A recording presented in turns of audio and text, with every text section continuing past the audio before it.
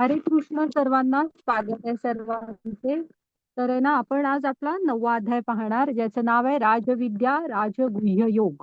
प्रभुपाद स्वामी काय म्हणतायत बघा, परम गोपनीय ज्ञान.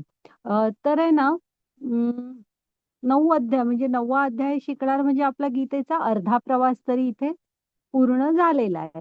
दिवस फास्ट गेले एकदम.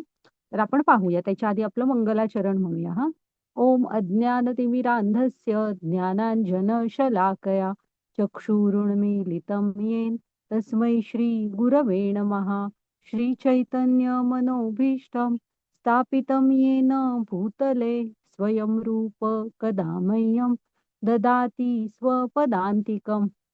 वन्देऽहं श्रीगुरो श्रीयुतपदकमलं श्रीगुरून् वैष्णवांच श्रीरूपं साग्रजातं सहगण रघुनाथान्वितं तं सजीवं साद्वैतं साधूतं परिजनसहितं कृष्ण चैतन्यदेवं श्री राधा कृष्ण पदान सहगण ललिता श्री विशाखान्वितांश. हे कृष्ण, करुणा सिंधो दीनबंधो जगतपते गोपेश गोपिका कांत राधा कांत नमोस्तुते. तप्त कांचन गौरांगी राधे वृंदावनेश्वरी वृषभानुसुते देवी प्रणमामि हरिप्रिये.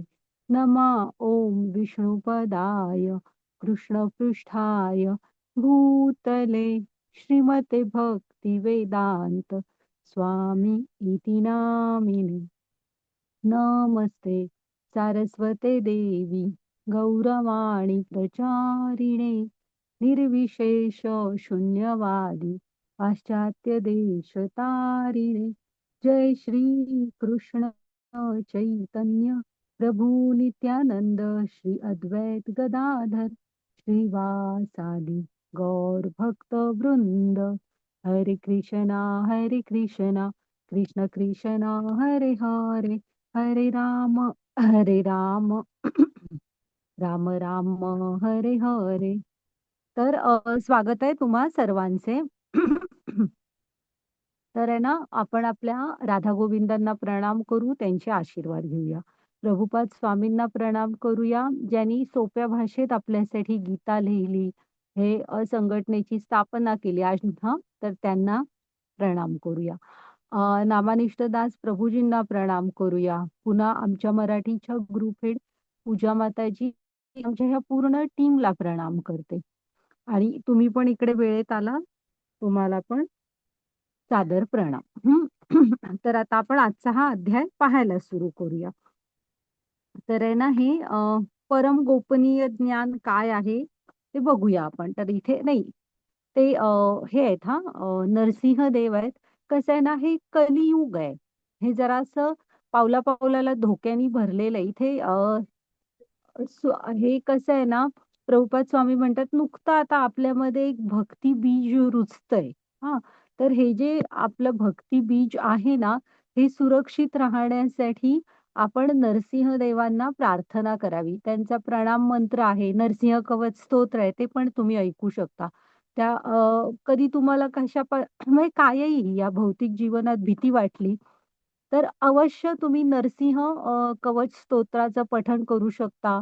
नरसिंह मंत्र आहे तो म्हणू शकता. नरसिंह देव हे तुम्हाला सर्व विघ्नांपासून सुरक्षित ठेवतील. आणि मुख्य म्हणजे आपण त्यांच्याकडे हे आपल्या हृदयातलं जे भक्तीचं बीज आहे ना, हे सुरक्षित ठेवण्याचा प्रार्थना करायला पाहिजे. नाहीतर कलियुगातल्या ह्या इंद्रिय सुखांच्या मागे लागून ते बीज रुजायला हवं चांगल्या प्रकारे. त्याचा भक्ती वृक्ष व्हायला पाहिजे. ते जळून जायला नाही पाहिजे. तर आपण नक्की यासाठी नरसिंह देवांचा आश्रय घ्यायला हवा. आणि ना माताजी पुढची स्लाइड घ्या.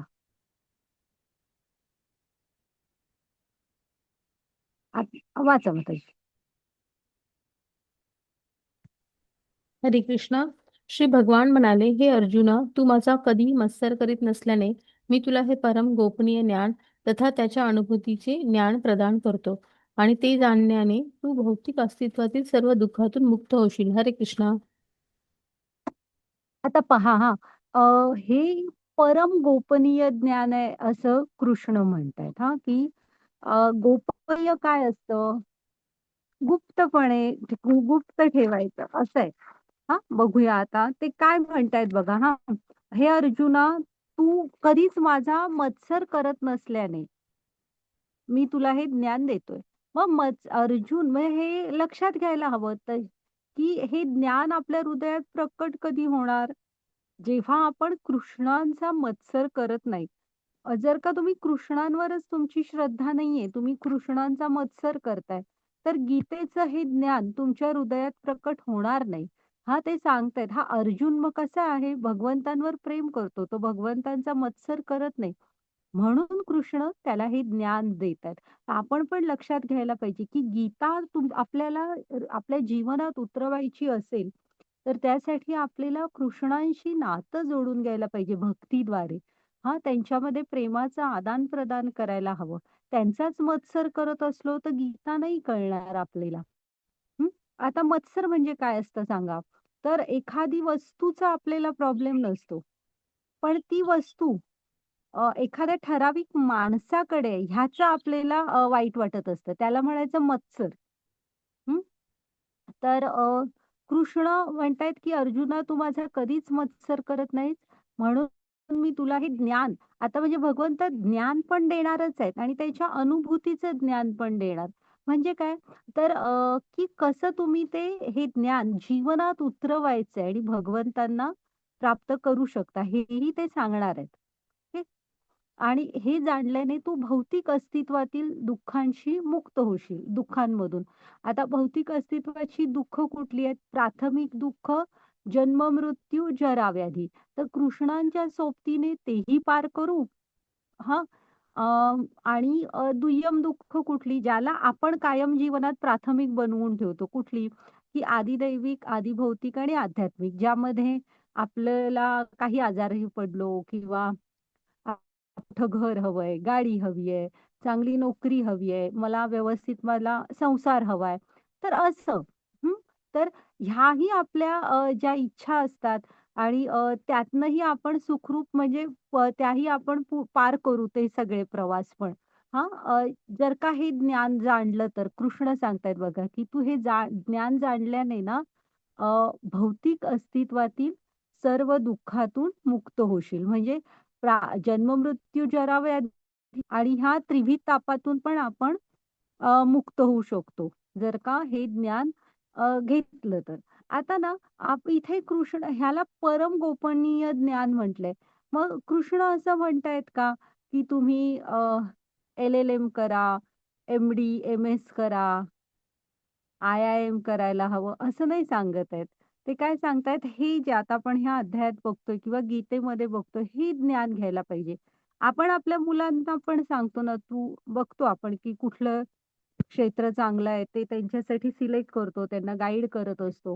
हे आपण आपल्या मुलांसाठी का करत असतो, की एक त्यांच्या जीवनामध्ये एक हे असावं, कम्फर्ट असावा. काही दुःख वगैरे येऊ नयेत म्हणून आपण त्यांच्या चांगल्यासाठी त्यांना सांगत असतो, की "तू शिक, मग आता ह्या बाजूला तुझा इंटरेस्ट आहे, तर हा हा कोर्स कर." तसे कृष्ण पण आपल्याला सांगतायत, अर्जुनाचं निमित्त करून, की आपल्याला हे ज्ञान ते पण आपले आई-वडिलांसारखे आहेत. ते पण आपल्याला सांगतायत, की तुम्ही हे ज्ञान मिळवा. हां, का? तर हे ज्ञान आपल्याला आपलं मूळ घर, जे भगवंतांचं धाम आहे, आत्मा त्यांचा आहे, तिकडनं आलाय. त्यामुळे तिकडे घेऊन जाणार आहे. हं. इथे जे आपण अडकून बसलो ना, आपल्याला वाटतं की हे आपलं घर आहे, पण पृथ्वी आपलं कायमचं घर नाहीये. हां, असं समजा की भगवंतांचं धाम आणि आत्म्याला जोडणारा तो एक म्हणजे पूल आहे मधला. हां. आणि म्हणजे आता समजा एखादा पूल आहे आणि तुम्ही त्याच्यावर घर बांधून राहिलत, तर येण्या-जाणाऱ्यांना किती त्रास होणार, अडचण होणार ना. तसं हे पृथ्वी म्हणजे जे आहे ना, ते एक माध्यम आहे भगवंत आणि हे मनुष्य शरीर भगवंतांकडे जायचं. ही पृथ्वी आपलं कायमचं घर नाहीये. जेव्हा ज्ञानाच्या दृष्टीने बघू, तेव्हा आपल्याला कळतं, की आपलं खरं धाम हे भगवंतांचं धाम आहे. त्यामुळे हे ज्ञान आपल्याला ते धाम प्राप्त करून देऊ शकतं. त्यामुळे जसं आपण आपल्या मुलांना सांगतो, शिक्षणाविषयी मार्गदर्शन करतो, तसं कृष्ण अर्जुनाला सांगतायत, की हे ज्ञान घे तू आणि त्याप्रमाणे वागायला हवं म्हणजे आपण भगवंतांकडे परत जाऊ शकू. ह्या जन्म-मृत्यूच्या फेऱ्यातून मुक्त होऊन. माताजी घ्या पुढे. राजविद्या राजगुह्यं पवित्रमिदमुत्तमं प्रत्यक्षावगमन् धर्म्यं सुसुखं कर्तुमव्ययम्. हरे कृष्ण. हरे कृष्ण. सर्व गोपनीय ज्ञानात अत्यंत गोपनीय असे हे ज्ञान म्हणजे सर्व ज्ञानांचा राजा आहे. अत्यंत पवित्र असे हे ज्ञान अनुभवजन्य प्रत्यक्ष आत्मज्ञान देणारे असल्यामुळे धर्माचे परिपूर्णत्वही आहे. हे ज्ञान अविनाशी आणि आचरण करण्यास अत्यंत सुखकारक आहे. हरे कृष्ण. हो. तर ना आवाज येतोय ना माताजी व्यवस्थित माझा? येतोय माताजी. येतोय ना? कारण माझं इंटरनेट जरा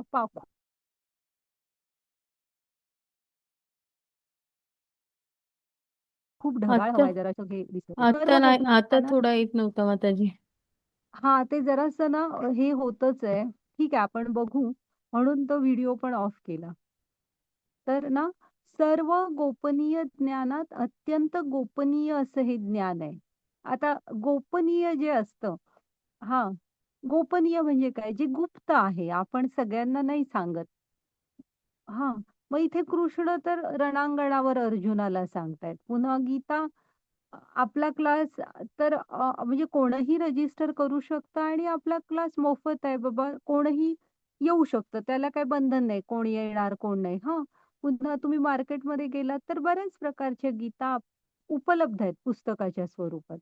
मग ह्याच्यामध्ये गोपनीय काय आहे? आणि भगवंत तर म्हणतात, अत्यंत गोपनीय असे ज्ञान आहे आणि सर्व ज्ञानांचा राजा आहे. हां. त्यामुळे मगाशी म्हटलं तसं, की कृष्ण अर्जुनाला काळजीने सांगतायत, की हे तुम्ही घ्यायला हवं. हे ज्ञानाचा राजा आहे. हे ज्ञान तुम्ही मिळवायला हवं.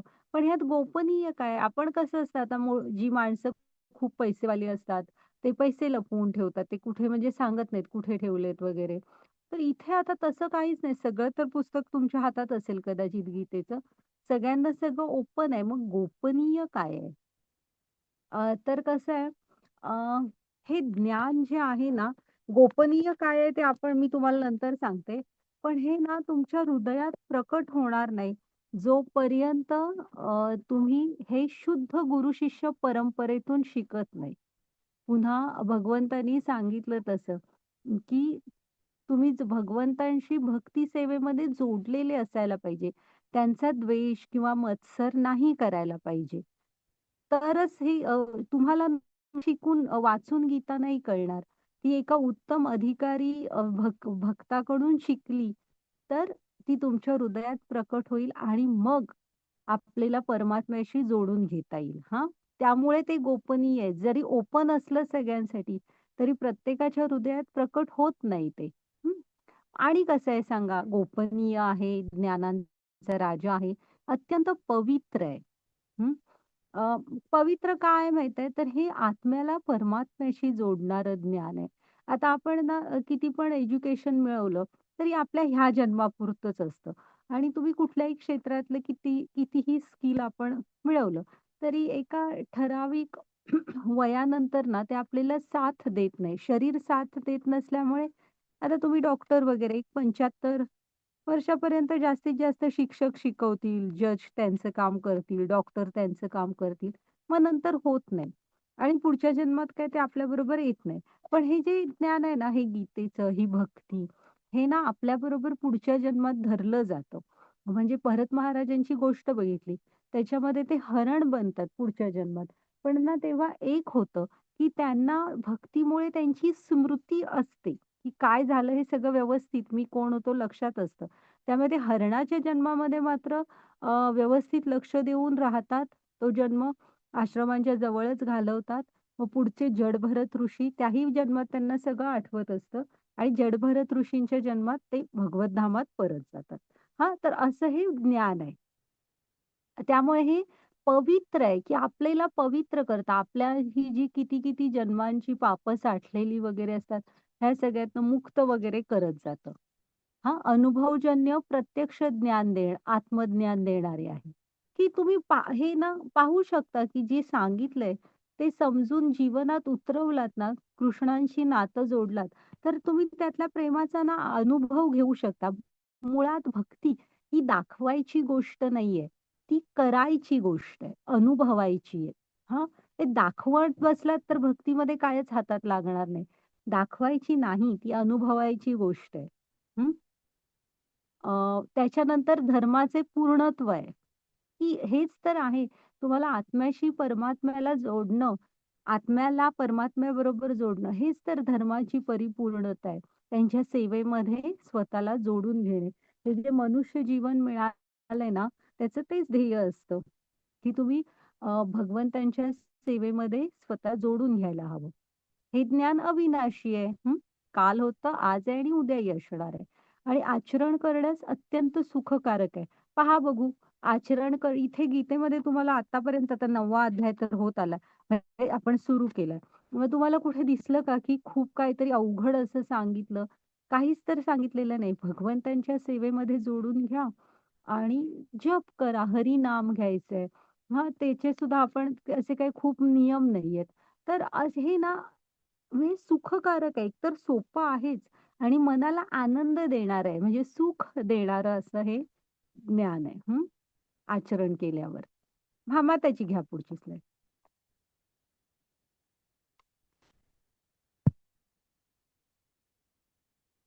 श्री कृष्ण, हे परंतप अर्जुना, ज्यांची या भक्ती मार्गावर श्रद्धा नाही त्यांना माझी प्राप्ती होऊ शकत नाही.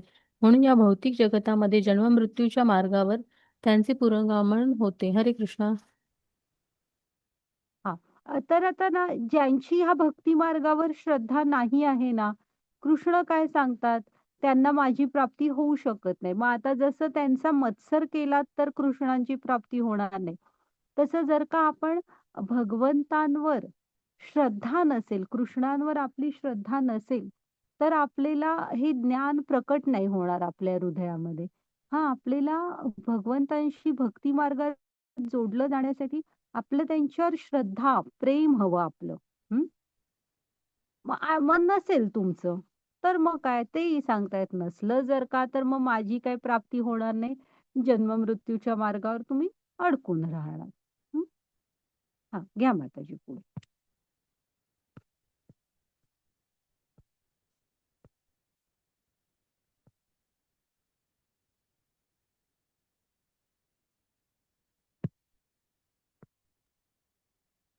हरे कृष्ण. 9.4. मी माझ्या अव्यक्त रूपाद्वारे हे सर्व जगत व्यापले आहे. सर्व जीव माझ्या ठायी आहेत, परंतु मी त्यांच्या ठायी नाही. 9.5. तरीही सर्व सृष्ट पदार्थ माझ्यामध्ये स्थित नाही. माझे हे योग ऐश्वर्य पहा. मी जरी सर्व जीवांचा पालन पोषण करता आणि सर्व व्यापी आहे, तरी सुद्धा मी या व्यक्त व्यक्त सृष्टीचा अंश नाही. मी स्वतःच अखिल सृष्टीचे उगमस्थान आहे. 9.6. ज्याप्रमाणे सर्वत्र वाहणारा बलशाली वायू सदैव आकाशामध्ये स्थित असतो, त्याप्रमाणे सर्व सृष्ट प्राणी माझ्यामध्ये स्थित असल्याचे जाण. हरे कृष्ण. आता ना ह्या श्लोकाला हे ते पुढचे काही श्लोक आहेत ना, ह्यांना अचिंत्य भेदाभेद तत्व असं म्हणतात. म्हणजे काय?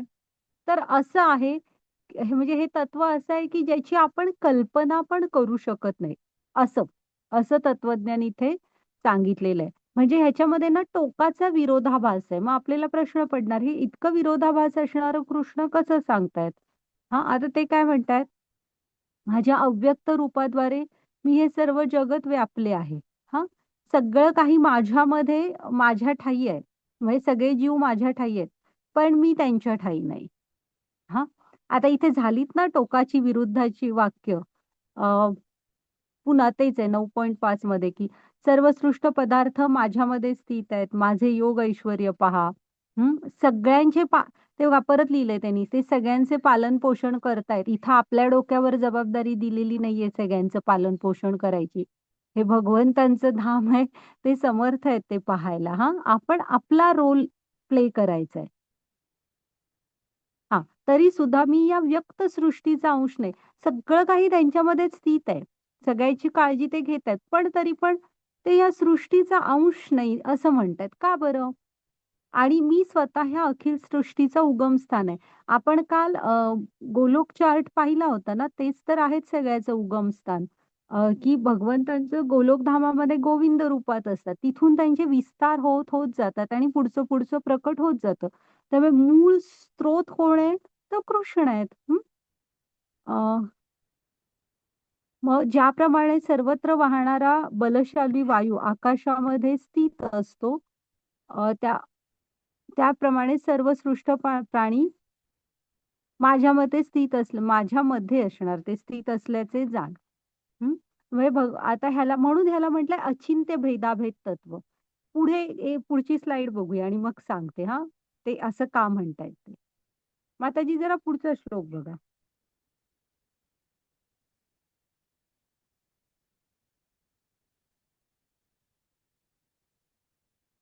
हा, वाचा.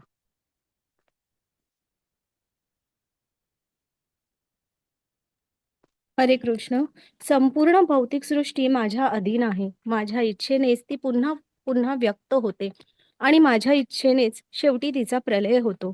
9.9. हे धनंजया, ही सर्व कर्मे मला बद्ध करू शकत नाहीत. तटस्थाप्रमाणे मी या सर्व भौतिक कर्मांपासून अनासक्त असतो. हरे कृष्ण. हा, तर इथे कृष्ण सांगतायत बघा, की त्यांच्या आता आपण अचिंत्य भेदाभेद तत्व बघतोय. तर ते काय म्हणाले, मी सगळं काही माझ्या ठायी स्थित आहे, पण मी याचा अंश नाहीये. हं? तर का नाहीये? तर आपण काल ती ब्रह्मांडाची रचना पाहिली. की भगवंत अर्जुन आता त्यांच्या गोविंद रूपात आहेत. कृष्ण भगवान ह्या रूपात. आणि त्या रूपात ते कुठे आहेत? गोलोक वृंदावन धामात. हा, आणि मग त्याच्यानंतर विस्तार होत होत कारणोदकशाही विष्णू म्हणजे महाविष्णू. मग त्यांच्या श्वासांमधून एक श्वास सोडला ना बाहेर, की करोडो ब्रह्मांड बाहेर पडतात आणि आत घेतला की आता भगवंतांच्या परत होती तशी आतमध्ये जातात महाविष्णूंच्या. मग त्या प्रत्येक ब्रह्मांडामध्ये गर्भोदकशाही विष्णू आणि जेव्हा ब्रह्मा ते सगळं सृष्टी तयार करतात तेव्हा क्षीरोदकशाही विष्णू चेतना रूपाने अणुमध्ये जातात आणि परमात्मा रूपाने प्रत्येकाच्या हृदयात. पण कृष्ण गोविंद ह्या रूपात ते कुठे आहेत? गोलोक धामात. म्हणून म्हणतायत की इथं जे आहेत ते भगवंतांचं परमात्मा स्वरूप आहे. म्हणून भगवंत म्हणतात की इथं मी सगळीकडे आहे, सगळं धारण केलंय, सगळ्यांची काळजी घेतोय, पण तरीही या सृष्टीचा मी अंश नाहीये. म्हणजे भगवंत त्यांच्या ह्या गोविंद रूपात कुठं आहेत? गोलोक धामामध्ये आहेत. हे जसा एक राजा असतो. ओके. राजा राहतो कुठे? त्याच्या राजधानीत आणि त्याचं राज्य एकदम सर्व दूर असं पसरलेलं, समजा त्याचं खूप प्रचंड मोठं राज्य आहे. मग त्याने त्याच्या व्यवस्था केलेली असते ना, की माझ्या राज्याच्या अगदी लांबच्या टोकाच्या प्रजेपर्यंत पण अ, हे न्याय व्यवस्था, प्रशासन आणि जीवनावश्यक सगळ्या सोयी हे पोचलं पाहिजे. तिथली माणसं पण सुखी असली पाहिजेत. हे सगळं त्या राजाने बघितलेलं असतं. म्हणजे ह्या वेगवेगळ्या मार्गाने तो त्या प्रजेपर्यंत पोहोचलेला आहे, सगळी काळजी घेतोय. पण प्रत्यक्ष राजा असतो कुठे? त्याच्या राजधानीमध्ये. हं, तसं आहे. म्हणून ह्याला अचिंत्य भेदाभेद तत्व म्हटलेलं आहे. आणि इथे कृष्णाने सांगितलंय बघा, की सगळी भौतिक सृष्टी ही भगवंतांच्या अधीन आहे. त्यांच्या इच्छेनेच इथे प्रलय होतो आणि ती व्यक्त होत असते. हे पुन्हा पुन्हा सुरू असतं. ओके. म्हणजे ब्रह्मांना सांगितलं की ब्रह्मा सृष्टीची निर्मिती करतात. म्हणजे ती प्रलयाची वेळ आली की शंकरांना सांगितलं की शंकर प्रलय करत असतात. पण हे होतं कुणाच्या इच्छेने? भगवंतांच्या इच्छेने होत असतं. आणि ही सगळी कर्म ना त्यांना बद्ध नाही करू शकत. हे लक्षात ठेवायचं की भगवंतांना कुठलंच कर्म बद्ध नाही करू शकत. कारण ना ते अनासक्त आहेत. त्यांना कुठल्याही फळाची अपेक्षा नाही. वैराग्य हे त्यांच्या एक ऐश्वर्यांमधलं ऐश्वर्य आहे. माताजी घ्या पुढे.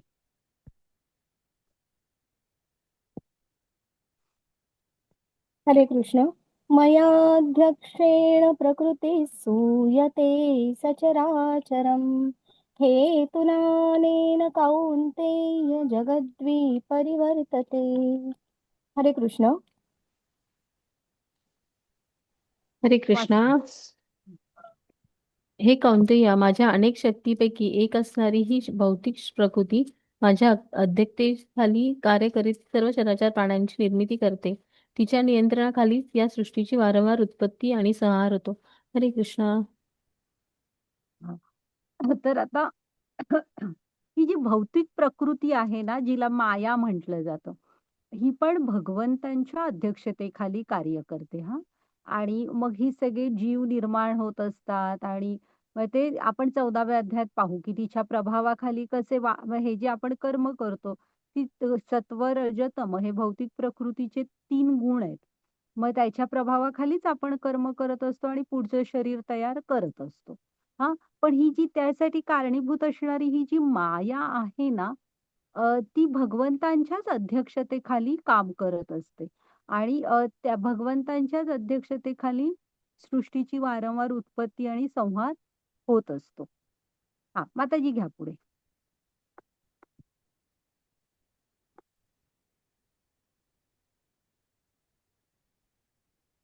हां, हे पहा हां. आपण काल पण हा गोलोक वृंदावनचा चार्ट पाहिलेला ना, त्याच्यात होतं बघा. आत्ताच सांगितलं. बघा तुम्ही ते नीट. ते महाविष्णू आहेत किंवा कारणोदकशाही विष्णू म्हणायचं, कारण समुद्रात असतात. आणि त्यांच्या एका श्वासामधून त्यांच्या शरीरामधून ना करोडो ब्रह्मांड बाहेर पडतात. मग प्रत्येक ब्रह्मांडामध्ये कोण होतं पुढचा विस्तार गर्भोदकशाही विष्णू, जे गर्भोदक सागरात असतात. हं. त्यांच्या मग नाभी कमळातून नाभीमधून कमळाचा देठ येतो, कमळ येतं, मग ब्रह्मा वगैरे ते आपण बघितलेलं. 14 लोक त्यात देठातच आहोत. आपण पण 7 नंबरला आहोत. आणि मग परत मग क्षीरोदकशाही विष्णू हा, जे इथल्या प्रत्येक कणामध्ये असतात चेतना रूपाने आणि चतुर्भुज नारायण रूपात प्रत्येकाच्या हृदयात. हं. आलं ना, म्हणजे आपण म्हणतो की भगवन आता त्यामुळे बघा की इथे काही त्यांनी एकतर आपल्याला मुळात एकटं सोडलेलं नाही आणि सारं काही जे आहे ना आलंय ते त्यांच्यापासून आलंय. त्यामुळे ते त्यांच्यासाठी त्यांना अर्पण करणं हे आपलं ध्येय आहे ना. ध्येय नाही, सॉरी, हे आपलं कर्तव्य आहे की नाही सांगा. सगळं त्यांच्यामधून आलेलं आहे. ठीक. माताजी घ्या पुढची slide.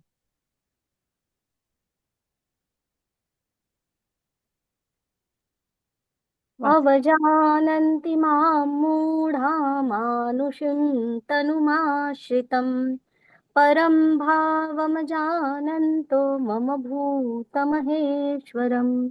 हरे कृष्ण.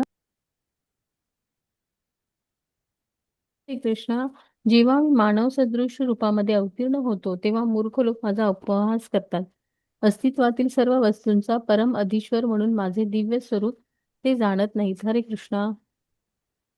आता ना हे आपण ती 4 लोक जी भगवंतांकडे कधीही येऊ शकत नाहीत, पाहिली होती. आणि ती 4 लोक जी भगवंतांकडे येतात, आठवतात ना तुम्हाला? आपण बघितलेली होती की नाही?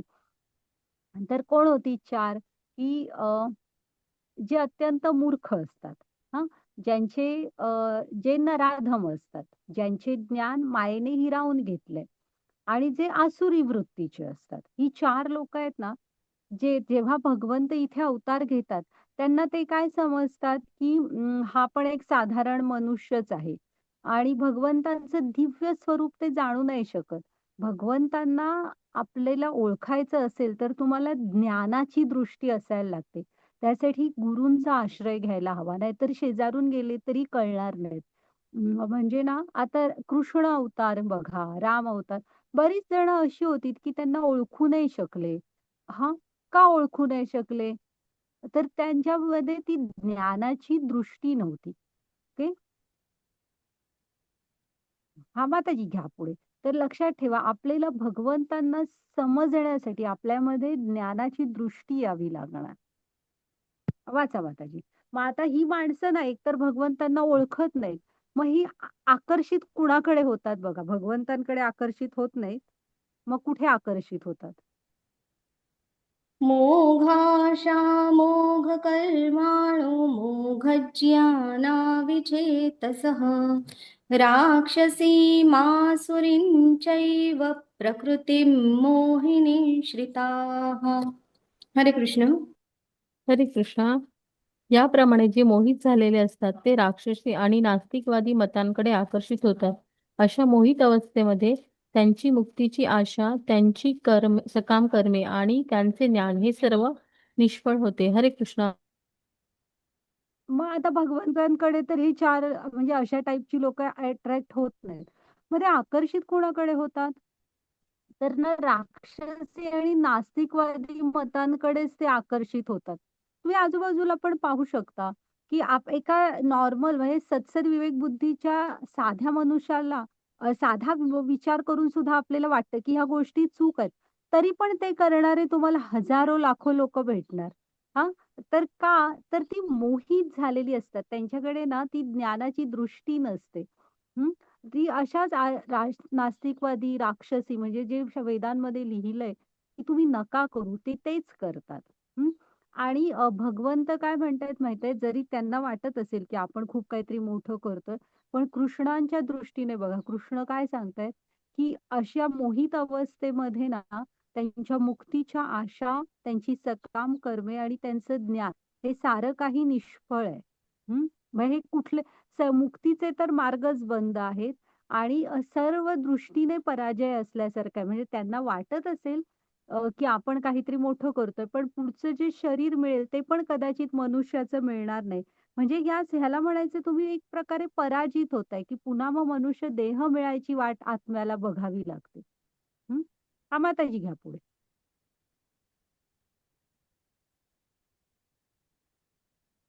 आता ना भक्त कुठे अट्रॅक्ट होतात बघूया हां.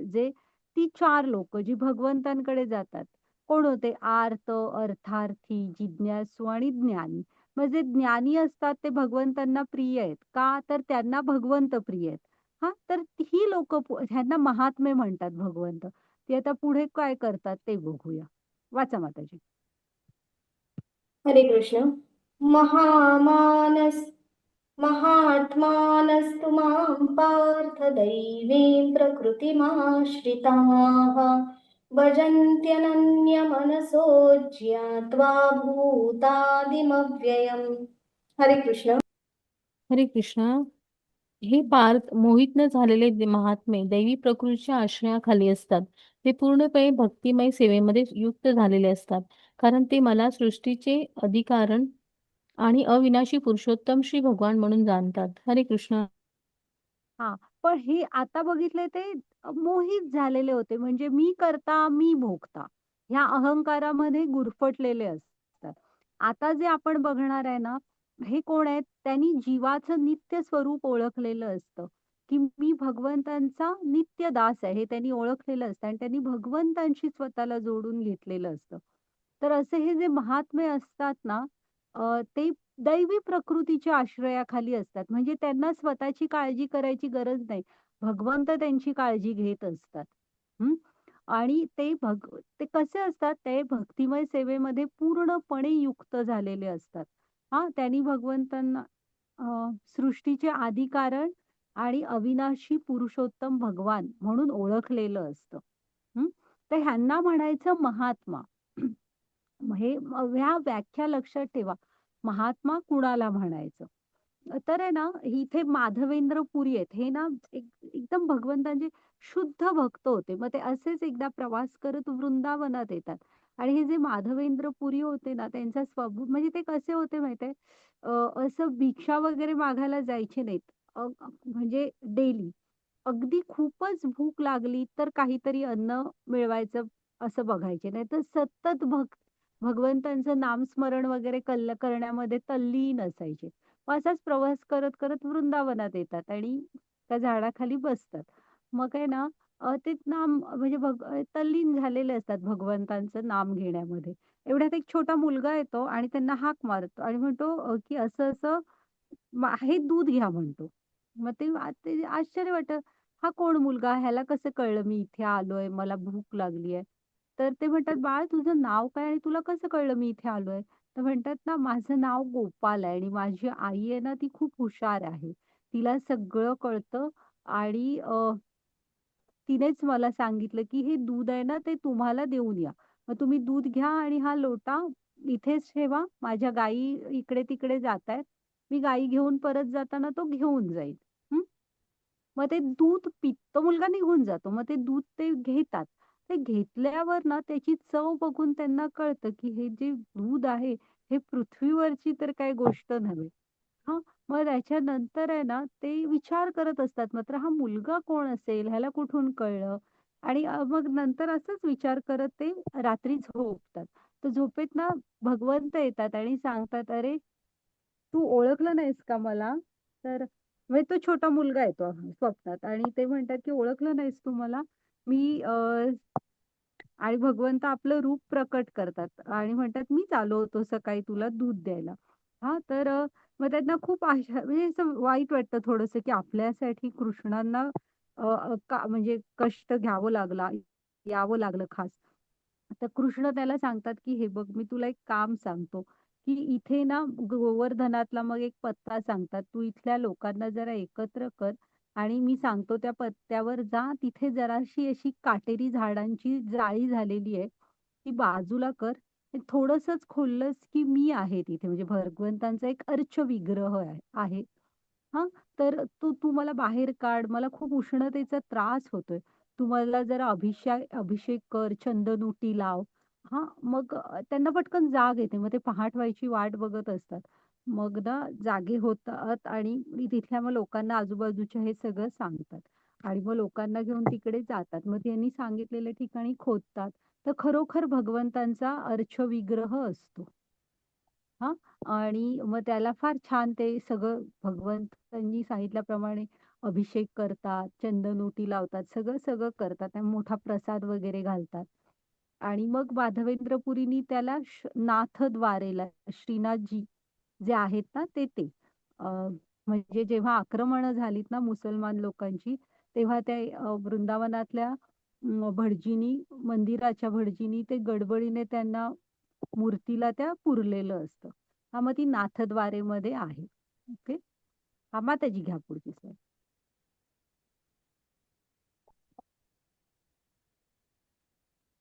सततं कीर्तयन्तो मायतन्तश्च दृढव्रताः नमस्यन्तश्च मां भक्त्या नित्ययुक्ता उपासते. हरे कृष्ण. हरे कृष्ण. हे महात्मे जन सतत माझे कीर्तन करीत, दृढ निश्चयाने प्रयत्न करीत आणि मला वंदन करीत भक्तिभावाने नित्य माझी उपासना करतात. हरे कृष्ण. महात्मे आणि कसे असतात बघा, सतत माझे कीर्तन म्हणजे आपल्याला ना गीता ही आपल्या जीवनाचा कृष्ण हे भाग बनायला हवे. सततम कीर्तयन्तो माम. हां, सतत तुम्ही हे करायचंय. असं नाही की म्हणजे आपलं मन हे आपण भगवंतांना कायमचं देऊन टाकायचंय. हां, ते महात्मे असे असतात आणि दृढ निश्चयाने प्रयत्न करतात. आपला निश्चय सतत 5-5 मिनिटाला बदलणारा असतो. तसा महात्म्यांचा नसतो. ते दृढ निश्चयी असतात. हं, आपण तुम्ही सगळ्या संतांचे चरित्र पहा त्याच्यासाठी. भगवंतांना प्रणाम करतात आणि त्यांची नित्य उपासना करत असतात. असे असतात महात्मे. ओके. हां, माताजी घ्या पुढे.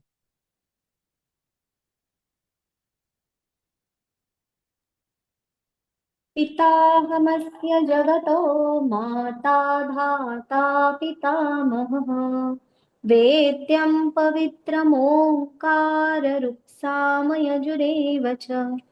हरे कृष्ण. हरे कृष्ण.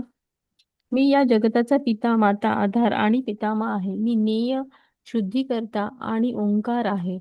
तसेच ऋग्वेद, सामवेद, यजुर्वेद ही मीच आहे. हरे कृष्ण.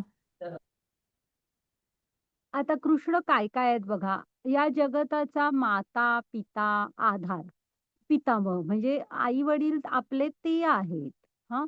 हा आत्मा जो आहे ना, तो त्यांचा अंश आहे. तिकडनं आलेला आहे. त्यामुळे ते आपले आई, वडील हे सगळे ते आहेत. ह्या जगताचा आधार कोण आहेत? कृष्ण आहेत. म्हणजे एकट्या पृथ्वीचा किंवा आपल्या ब्रह्मांडाचाच नका विचार करू. आता तर आपण हे बघितलेलं आहे गोलोक चार्ट. तर इथे जे काही ब्रह्मांड आहे त्या सगळ्याचा आधार आहेत ते. हं.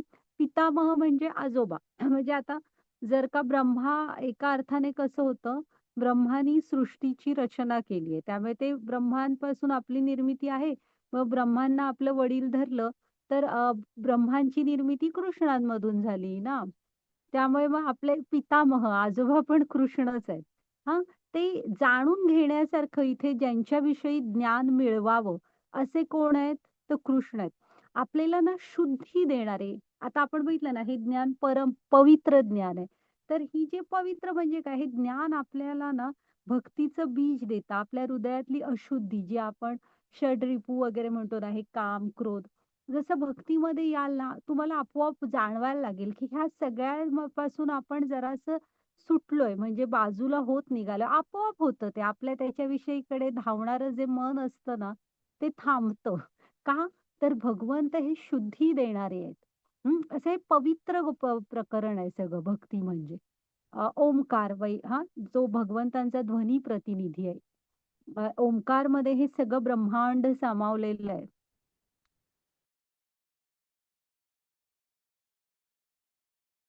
आणि माताजी घ्या पुढची स्लाईड.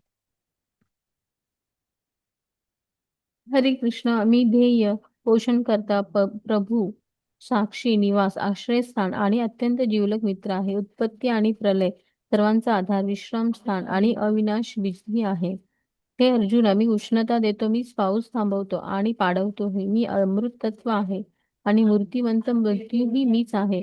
सत, चेतन आणि असत जड पदार्थ दोन्ही माझ्यामध्ये स्थित आहेत. हरे कृष्ण.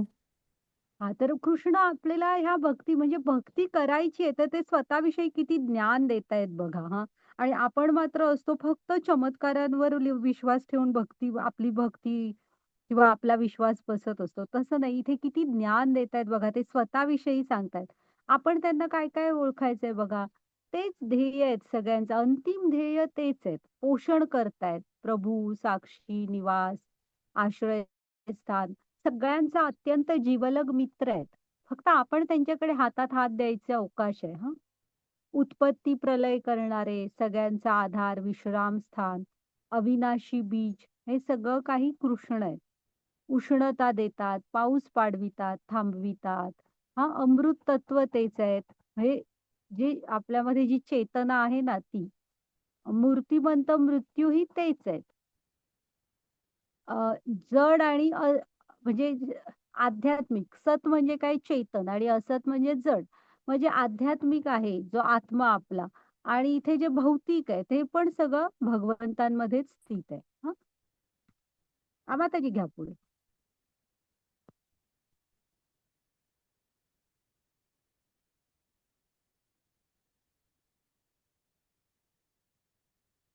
हरे कृष्णा. वेद अध्ययन करणारे आणि सोमरसाचे पान करणारे, स्वर्गलोकाची प्राप्ती करीत अप्रत्यक्षपणे माझे पूजन करीत अनेक असे पाप कर्मापासून शुद्ध झालेले लोक इंद्राच्या पुण्य लोकामध्ये जन्म घेतात आणि त्या ठिकाणी ते देवांप्रमाणे दिव्य भोग उपभोगतात. याप्रमाणे स्वर्गलोकातील अमर्याद विषय सुखांचा भोग घेऊन पुण्यकर्म क्षीण झाल्यावर ते पोटा मृत्यू लोकात परत येतात. अशा रीतीने वेदोक्त धर्माचे सिद्धांतांचे पालन करून जे इंद्रिय उपभोग प्राप्त करतात त्यांना पुन्हा पुन्हा केवळ जन्म मृत्यूच्या चक्रात पडावे लागते. हरे कृष्णा. आता ना, तुम्ही काही आपण एक भाग ऐकलेला बघा वेदांमध्ये, कर्मकांड म्हणून आहे. ते चांगली कर्म असतात पण पुण्य गोळा करण्यासाठी. मग ही पुण्य गोळा करून काय होतं? तर आपल्याला पुढचा जन्म स्वर्गात मिळतो. मग स्वर्गात जन्म मिळाला की तिथल्या अमर्याद भौतिक सुखांचा आपण आनंद घेऊ शकतो. हां, पण इथे कृष्ण सांगतायत की तुम्ही जरी असं केलं स्वर्ग प्राप्तीसाठी पुण्य गोळा करत राहिलात तरी ते पण स्थिर नाही, म्हणजे नित्य फळ नाहीये, अनित्य आहे. का?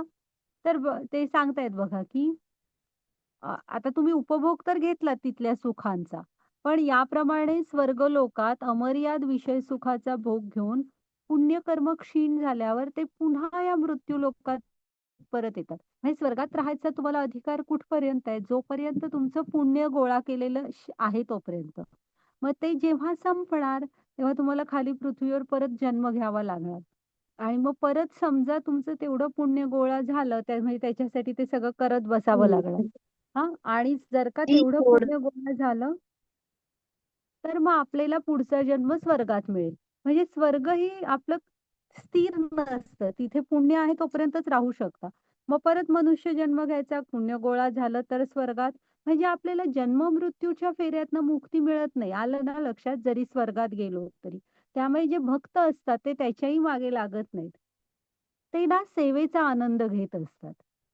हां, माताजी पुढची स्लाईड घ्या.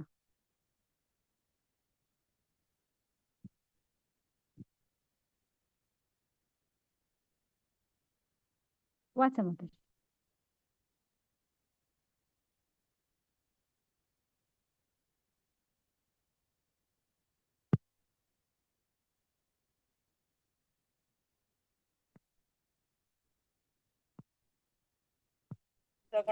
हरे कृष्ण. वाचा माताजी. अनन्याश्चिन्तयन्तो माये जनाः पर्युपासते तेषां नित्याभियुक्तानां योगक्षेमं वहाम्यहम्. हरे कृष्ण. हरे कृष्णा. परंतु जे लोक अनन्य भक्तिभावाने माझ्या दिव्य स्वरूपाचे चिंतन करीत माझी उपासना करतात त्यांच्या आवश्यकता मी पूर्ण करतो आणि त्यांच्याकडे जे आहे त्यांचे रक्षण करतो. हरे कृष्णा. हं. तर हे आपण LICची मध्ये ऐकलेलं आहे, योगक्षेमं वहाम्यहम्. तर कृष्ण इथे काय ॲक्च्युली कृष्णानी ह्याला तुम्ही असं समजा गीतेची फलश्रुती आहे, की गीता ऐकून आपल्याला काय मिळणार आहे किंवा तसं जीवनात आचरण करून तर कृष्ण हे सांगतायत, की तुम्हाला काय फल मिळणार आहे फलश्रुती. तर जे लोक असे अनन्य भक्त मात्र जर का अनन्य भक्तिभावाने भगवंतांच्या दिव्य स्वरूपाचे चिंतन करत भगवंतांची भक्ती करतात ना, तर त्यांच्या माताजी म्यूट व्हा. तर भगवंत ना भक्तांच्या सगळ्या इच्छा म्हणजे आवश्यकता, गरजा जे आहेत त्या तर ते पूर्ण करणारच. पण तुमच्याकडे ऑलरेडी जे आहे ना त्याचं पण रक्षण करतात. म्हणजे असं नाही की तुम्हाला जे काही हवंय ते दिलं आणि तुम्हाला सोडून दिलं. नाही. भगवंत आपल्या भक्तांची नित्य काळजी घेत असतात. जे आहे त्याचं पण रक्षण करतील आणि ज्याची गरज आहे ते पण आपल्याला देतील. हां. घ्या माताजी पुढे.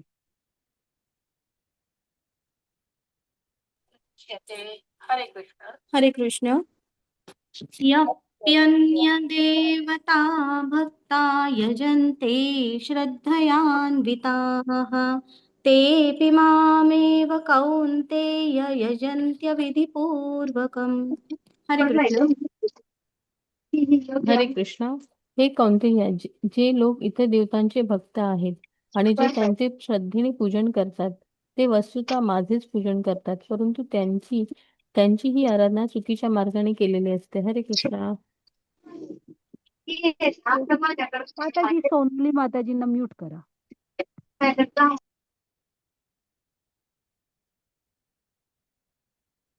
ओके. तर कृष्ण आता इथे काय सांगतायत बघा, की तुम्ही जे इतर देवतांचे भक्त आहेत ना आणि त्यांचे श्रद्धेने पूजन करतात. ते आपण ते हे बघितलेलं आहे, की भगवंत हे झाडाचं मूळ आहे. आणि बाकी जे आहे ते झाडाच्या फांद्या म्हणा, पान, फूल, फळ असं आहे. जर का तुम्ही त्याची एखाद्या देवाची उपासना करत असाल, तर कसं होतं म्हणजे असं थोडं वळणाचा किंवा दूरचा मार्ग घेऊन भगवंतांचीच पूजा केली असं समजा. कारण त्यासाठी तरी का होईना त्यांच्या कडे गेलात आणि फक्त एका देवाची उपासना करणं म्हणजे झाडाच्या एखाद्याच पानाला वेगळं तुम्ही पाणी घालताय आणि पूजा करताय असा त्याचा अर्थ असतो. पण त्या निमित्ताने का होईना तिकडे गेलाय असं कृष्ण समजून घेतात, की माझ्याकडे आलाय तुम्ही. हां. घ्या माताजी पुढे.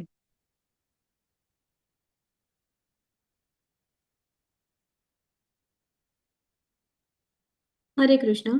यान्ति देवव्रता देवान् पितॄन् यान्ति पितृव्रताः भूतानि यान्ति भूतेज्या यान्ति मद्याजिनोऽपि माम्. हरे कृष्ण. हरे कृष्ण. जे लोक देवतांची पूजा करतात त्यांना त्या देवतांमध्ये जन्म प्राप्त होतो. जे पितरांची उपासना करतात ते पितरांकडे जातात. जे भूतांची उपासना करतात त्यांना भूत योनीमध्ये जन्म प्राप्त होतो आणि जे माझी पूजा करतात ते माझी प्राप्ती करतात. हरे कृष्ण. हा इथे सिद्धांत आहे बघा. जर का तुम्ही ज्या देवतांची उपासना करताय, त्या देवतांचा लोक तुम्हाला प्राप्त होणार पुढील जन्मी. जर का पितरांची उपासना करत असाल तर पुढचा जन्म पितृलोकात. जे आपण ऐकतो ना असं भूत वगैरेंची पण करत असतात, भूत, प्रेत, पिशाच. तर तशा टाईप काहीतरी करत असाल, तर पुढचा जन्म त्या योनीमध्ये मिळतो. हं. आणि जे भगवंतांची पूजा करतात, ते भगवंतांची प्राप्ती. म्हणजे हे हे पण ते सगळं आपल्या हातात आहे. असं नाही की आपल्यावर लादलेलं आहे. तुम्ही ज्यांची पूजा अर्चना करता, त्या धाम तुम्हाला पुढच्या जन्मात मिळणार. भगवंतांचं धाम हवं असलं तर भगवंतांची पूजा. माताजी घ्या पुढे. पत्रं पुष्पं फलं तोयै यो मे भक्त्या प्रयच्छति तदहं भक्त्युपहृतम् अश्नामि प्रयतात्मनः. हरे कृष्ण. हरे कृष्ण. जर एखाद्याने प्रेमाने आणि भक्तीने मला एखादे पान, फूल अथवा फळ किंवा पाणी दिले, अर्पण केले, तर मी त्याचा स्वीकार करतो. हरे कृष्ण. हा जो 9.26 श्लोक आहे ना, आपण सगळ्यांनी पाठ करायला हवा. हा महत्वाचा श्लोक आहे. आता इथपर्यंत आलोय, आपलं तर कृष्णांशी थोडंफार नातं जोडलेलं आहे. मग आता कृष्ण सांगतायत की त्यांना काय आवडतं. हं. तर ते काय म्हणतायत बघा, की पत्रम पुष्पम फलम तोयम. म्हणजे अ, पान तुळशीचं. पुष्प म्हणजे फूल, फळ आणि तोय म्हणजे पाणी. तर पान, फूल, फळ आणि पाणी ह्या 4 पैकी काहीही एखादी जरी गोष्ट त्यांना दिली, तरी ते स्वीकार करतील. हां, पण कशी द्यायला पाहिजे? प्रेम आणि भक्तीने. जर का तुमच्या देण्यामध्ये प्रेम आणि भक्ती नसेल ना, तर भगवंत त्याचा स्वीकार नाही करणार. त्यामुळे आपण असा प्रयत्न करायला हवं, की एकतर आपण 3ऱ्या अध्यायात शिकलोय, जे काही खातो हे भगवंतांना अर्पण करून खायला हवं. आणि ते प्रसाद म्हणून मग घ्यायचं म्हणजे सगळ्यांनाच तो प्रसाद मिळतो. पण ते करताना प्रेम आणि भक्ती हवी. ओके. तरच भगवंत त्याचा स्वीकार करणार. 1 मिनिट माताजी पुढची स्लाईड घ्या. नाहीतर आपण कसा हे भगवंतांना नैवेद्य दाखवायचं. ठीक आहे माताजी हीच ठेवा मागची. हां. तर आहे ना तुम्ही जेव्हा कांदा लसूणवालं नको. हां, ते आपण नंतर सांगते. ॲक्चुअली कांदा आणि लसूणमध्ये ना सायंटिफिकली बघायचं तर सल्फर असतं. सल्फर कुठल्याही स्वरूपात आपल्या बॉडीला नको असतं. हां, म्हणून आणि जी भक्ती किंवा तुम्हाला एक एकाग्रता हवी असेल, तर मेंदूच्या ज्या सेल्स असतात, त्या रोबस्ट राहायच्या असतील, तर सल्फर आपण कमी प्रमाणात घ्यायला हवा. ती जी एकाग्रता हवी, तो शांत स्वभाव हवा, तो ह्या अन्नामुळे मिळत नाही. इव्हन चहा, कॉफी पण प्रभुपाद स्वामी घेऊ नका म्हणतात. हे सगळं आपल्याला उत्तेजित करतं.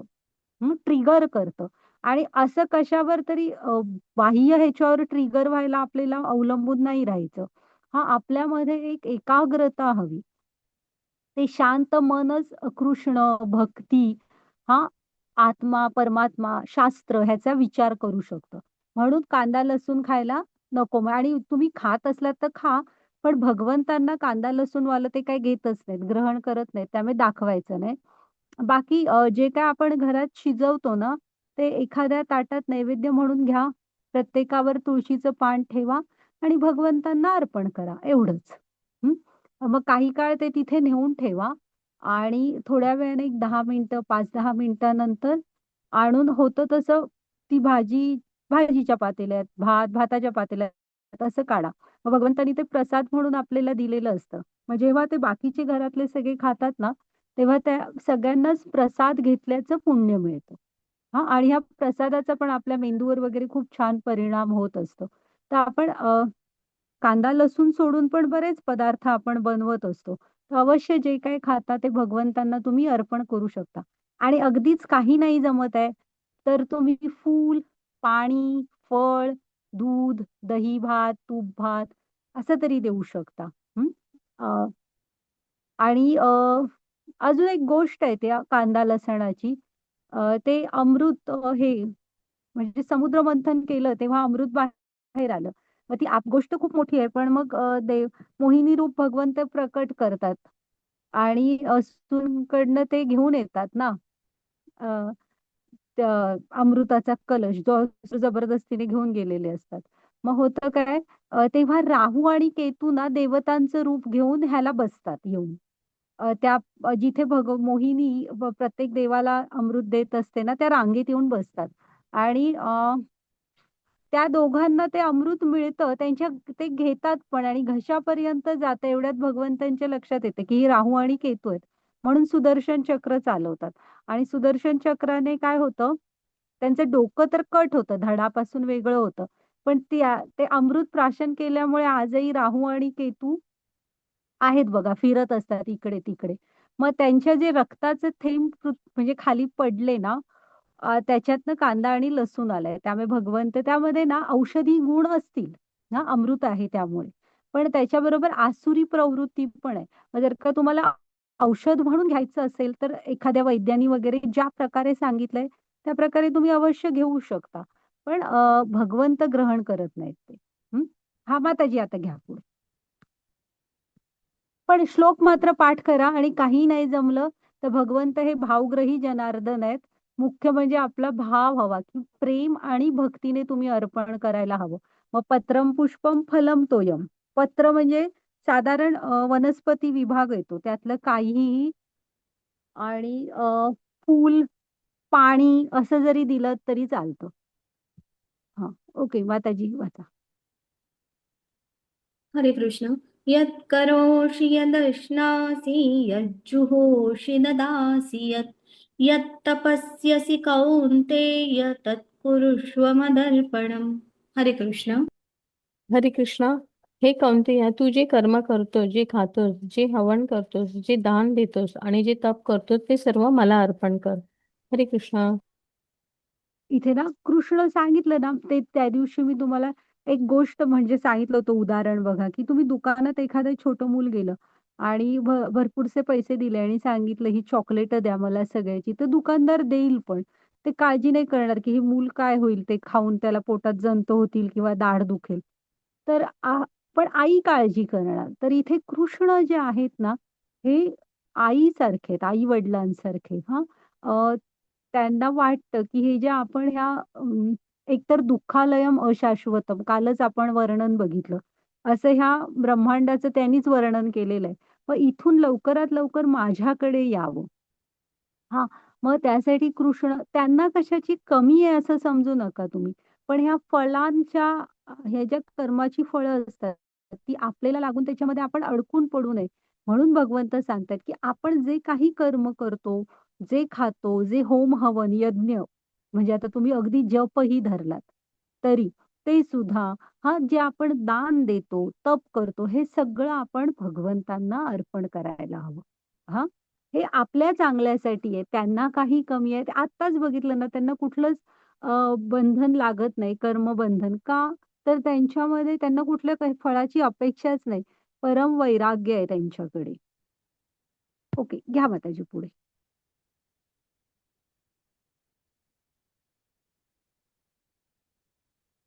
हरे कृष्ण. समोऽहं सर्वभूतेषु न मे द्वेष्योऽस्ति न प्रियः. ये भजन्ति तु मां भक्त्या मयि ते तेषु चाप्यहम्. हरे कृष्ण. हरे कृष्णा. मी कोणाचा द्वेष करीत नाही, तसेच कोणाशी पक्षपातही करीत नाही. मला सर्वांविषयी समभाव आहे. परंतु जो कोणी भक्तिभावाने माझी सेवा करतो तो माझा मित्र आहे. माझ्या ठायी स्थित आहे आणि मी सुद्धा त्याचा मित्र आहे. हरे कृष्ण. हां, इथे आता आपण म्हणू ना, की भगवंत वर काय म्हणतायत, ते कुणाचाच द्वेष ते सुहृदम सर्व भूतानाम आहेत. आपण बघितलं ना, सगळ्यांचाच मित्र आहेत ते आणि अत्यंत जवळचा. त्यांच्या एवढा जवळचा मित्र आपला दुसरा कोण नसतो. मग आहे ना, त्यामुळे ते कुणाचाच द्वेष करत नाहीत आणि पक्षपात पण करत नाहीत. हां, तर ज्याचे कर्माप्रमाणे जे मिळणार आहे, हे त्याला मिळणार आणि इथे एक स्वातंत्र्य पण आपल्याला दिलेलं आहे. मर्यादित स्वरूपाचं आहे, पण आपल्याला स्वातंत्र्य पण दिलेलं आहे. नाहीतर आपण भांडलो असतो त्यांच्याबरोबर, की उगाचच पाठवलंय, काहीच करायचं आम्हाला स्वातंत्र्य. तसं नाही, एक मर्यादित स्वातंत्र्य आपल्याला दिलेलं आहे. हां, त्यामुळे ते कुणाशी पक्षपात पण करत नाहीत. सगळ्यांविषयी समभाव आहे आणि सगळ्यांचीच काळजी घेतली आहे. इथे जे अन्नधान्य म्हणजे जे काही जीवन जगण्यासाठी आवश्यक आहे, जे ज्ञान आहे, ते पण सगळ्यांसाठी दिलेलं आहे. पक्षपात नाही. परंतु जे भगवंतांचे भक्त आहेत ना, जे भक्तिभावाने माझी सेवा करतात, ते माझे मित्र आहेत, माझ्या ठायी स्थित आहेत आणि मी सुद्धा त्यांचा मित्र आहे. म्हणजे जरा भगवंतांना भक्तांविषयी जरा जास्त प्रेम आहे. आता आपण म्हणू, की नाही त्यांना त्यांचे भक्तच आवडतात. तर असं नाहीये. आपल्याला कोणी अडवलंय का भगवंतांचं भक्त व्हायला आणि ते प्रेमाचा अनुभव घ्यायला? हां, तो मार्ग आपल्यासाठी ओपन आहे. ते कृष्ण म्हणालेच ना, की मी कोणाचा द्वेष करत नाही, पण जरा माझ्या भक्तांविषयी माझा मी मित्र आहे. मग आता त्यांनी सांगितलं का, हा माझा मित्र होऊ शकत नाही, तो माझा मित्र होऊ शकत नाही.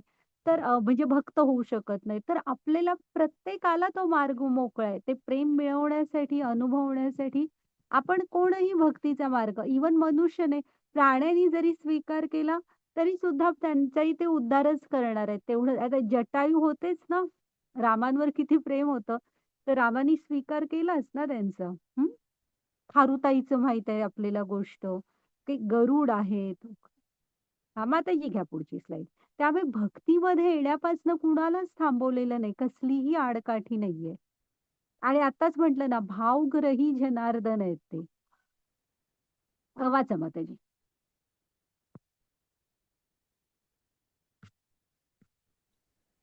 अपि चेत् सुदुराचारो भजते मामनन्यभाक् साधुरेव समन्तव्यः सम्यग् व्यवसितो हि सः.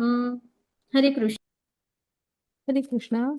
अत्यंत दुराचारी मनुष्य ही भक्तिमय सेवा करीत असेल तर त्याला साधूच समजले पाहिजे, कारण तो आपल्या निश्चयामध्ये योग्य प्रकारे स्थित झालेला असतो. हरे कृष्णा.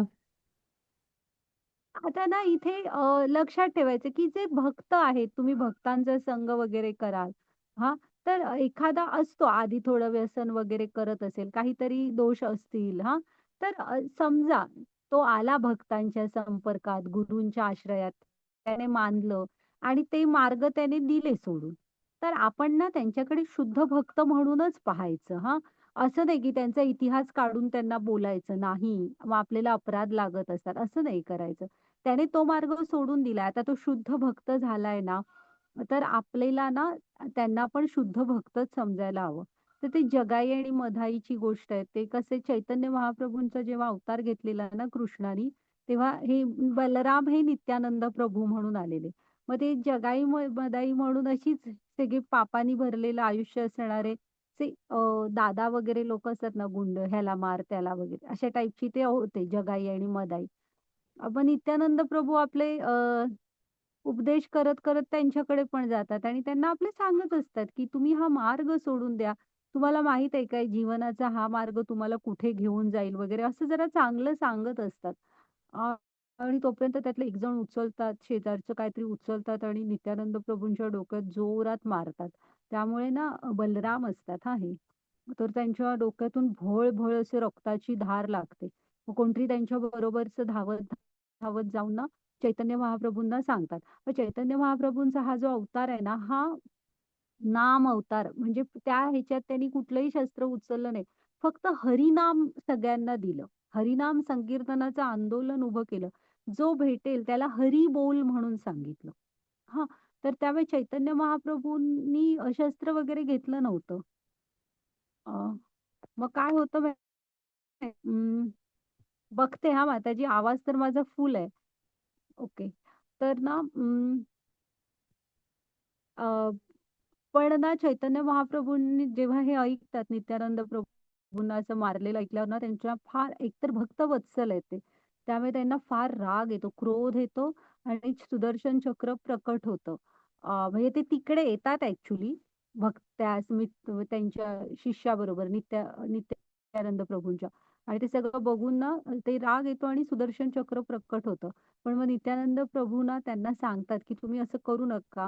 आपण या ह्याच्यात फक्त हरिनाम देणार आहे सगळ्यांना आणि राग थोडा शांत करतात आणि हे जगाई-मदाई असतात ना, हे ते सगळं बघत असतात आणि मग त्यांना जाणवतं ही कोण आहेत ही लोकं आणि आपण कोण आहोत आणि काय. मग त्याच्यानंतर ती त्यांना शरण पण जातात आणि त्यांचं ते आधीचं जीवन सगळं सोडून देऊन शुद्ध भक्त बनतात. हां, हां माताजी घ्या पुढे.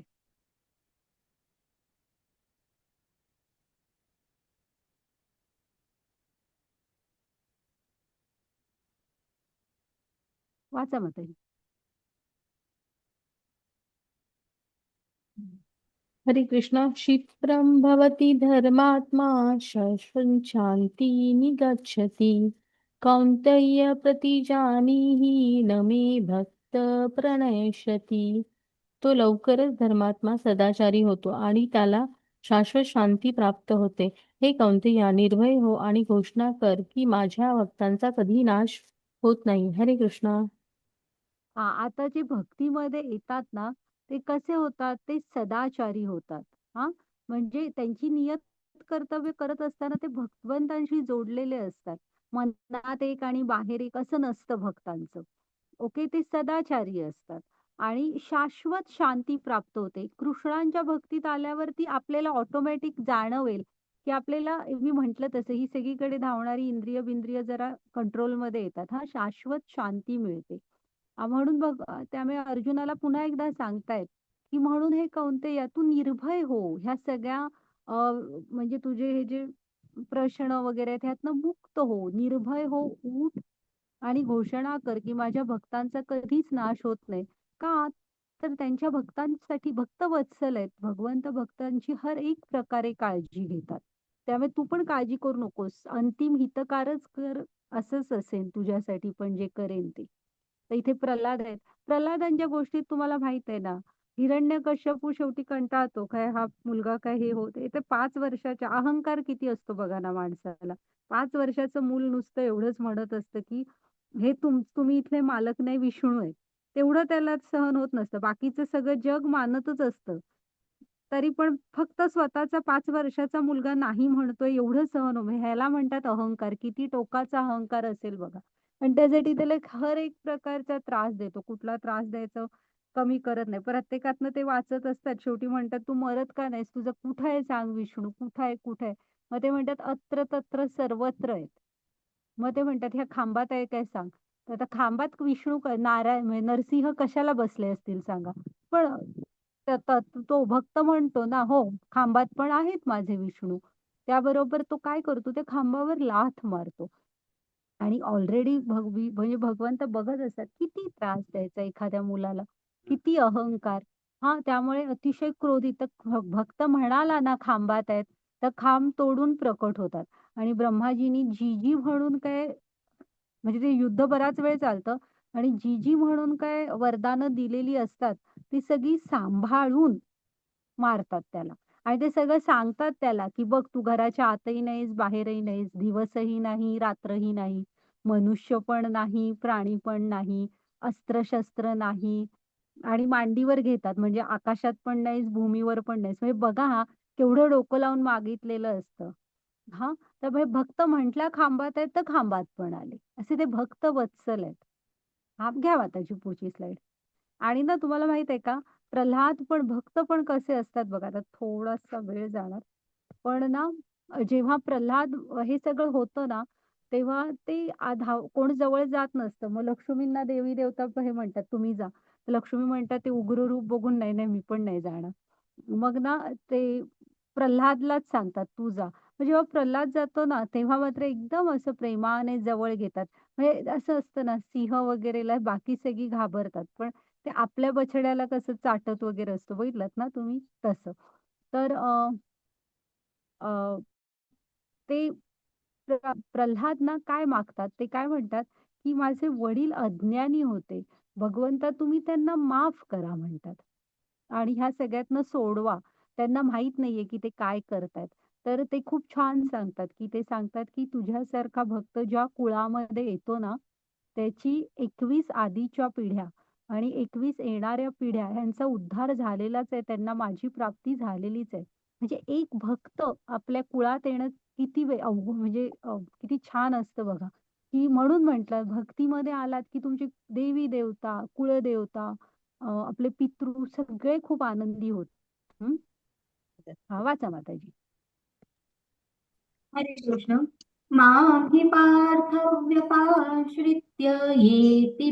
येऽपि स्युः पापयोनयः स्त्रियो वैश्यास्तथा शूद्रास्तेऽपि यान्ति परां गतिम्.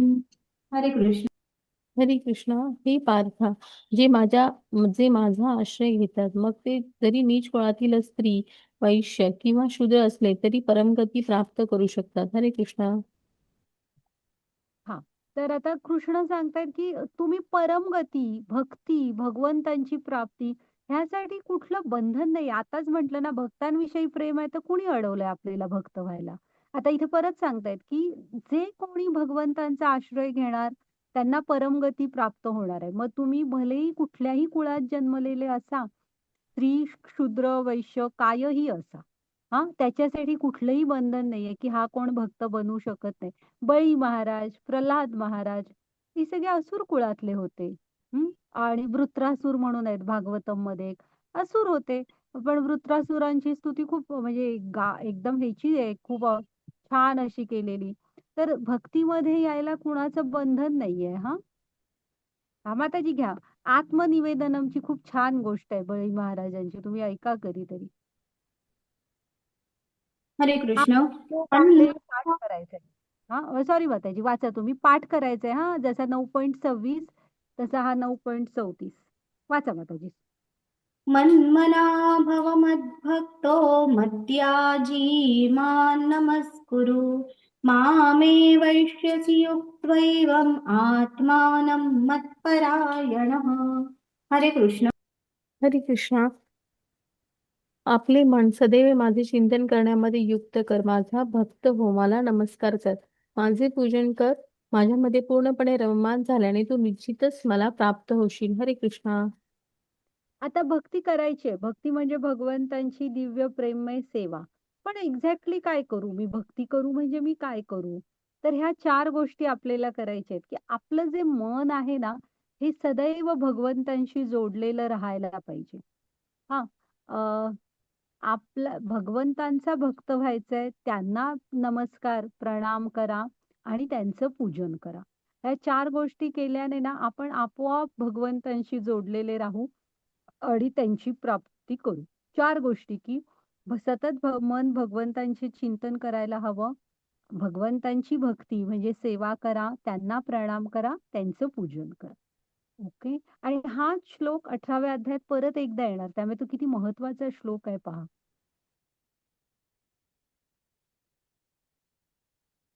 हा आपल्याला करायचा आहे. हां. आता आपण भगवंतांचं राजविद्या हे म्हणजे हे ज्ञान बघितलं, की कृष्णाने सांगितलं, की परम गोपनीय ज्ञान. आता ते तुम्हाला सांगते हां. मी तुम्हाला म्हटले ना, की ह्या अध्यायात आपण गोपनीय म्हणजे काय शिकलो पहा. तर आपल्याला कृष्णाने काय सांगितलं, की कधीही कोणाचा मत्सर करू नका. ते पहिल्याच श्लोकात होतं. अर्जुनाला का हे ते ज्ञान देतायत? तो निर्मत्सर आहे म्हणून. हां, मग कधीही कोणाचा म्हणजे कृष्णांचा पण नाही आणि कुणाचाच मत्सर करू नका. मग त्याच्यानंतर कृष्णांमध्ये आपली पूर्ण श्रद्धा असायला हवी. त्यांच्याविषयी शंका नको. मग सर्व प्राणी मात्र कृष्णांठायी सामावलेले आहेत. आपण बघितलं ना अचिंत्य भेदाभेद तत्व. आणि कालचा गोलोक चार्ट, की सगळं त्यांच्यामध्ये सामावलेलं आहे. त्यांनी धारण केलेलं आहे. हां, ते कशामध्ये ना इंटरफिअर करत नाहीत. ते काय सांगितलं? ते तटस्थ आहेत. हां, त्यांनी ते जी रचना करायची ती करून दिलेली आहे. पण तटस्थ असतात. ते कशामध्ये इंटरफिअर मात्र करत नाहीत. भक्तांना मात्र भक्तवत्सल आहेत. भक्तांची मदत करतात. त्यांच्याकडे जे काय आहे ते त्याची काळजी घेतात आणि ज्याची गरज आहे ते पुरवतात. आणि इच्छा करूनच सगळं करतात. भौतिक प्रकृती त्यांच्या अंडर काम करत असते त्यांच्या इच्छेप्रमाणे. तर हे थोडंफार गोपनीय ज्ञान आपण आज बघितलं. आणि गुह्य काय आहे? 3 गोष्टी आहेत. गुह्य, गुह्यतम आणि गुह्यतरम. त्याही लक्षात ठेवा, की ह्या आपण गुरु-शिष्य परंपरेतनं गीता शिकलो तरच आपल्या हृदयात प्रकट होणार, की मी शरीर नाही, आत्मा आहे. दुसरं काय आहे? मी कृष्णांचा अंश आहे. आणि सर्वात गुह्यतरम, की मी भगवंतांचा, कृष्णाचा नित्य सेवक आहे. ओके. हे गोपनीय ज्ञान आहे. हे जे आपल्या हृदयात प्रकट व्हायला पाहिजे ना, ते ह्या 3 गोष्टी आहेत, की मी शरीर नाही आत्मा आहे, मी भगवंतांचा अंश आहे आणि मी त्यांचा नित्य सेवक आहे. ओके. हां, माताजी झाला आपला आजचा हा क्लास आणि अनन्य भक्तीविषयी आपण शेवटी बघितलं हां. चालेल. तुम्ही हे करा, पुढे बघा काय आहे का आणि रेकॉर्डिंग स्टॉप केलं तरी चालेल.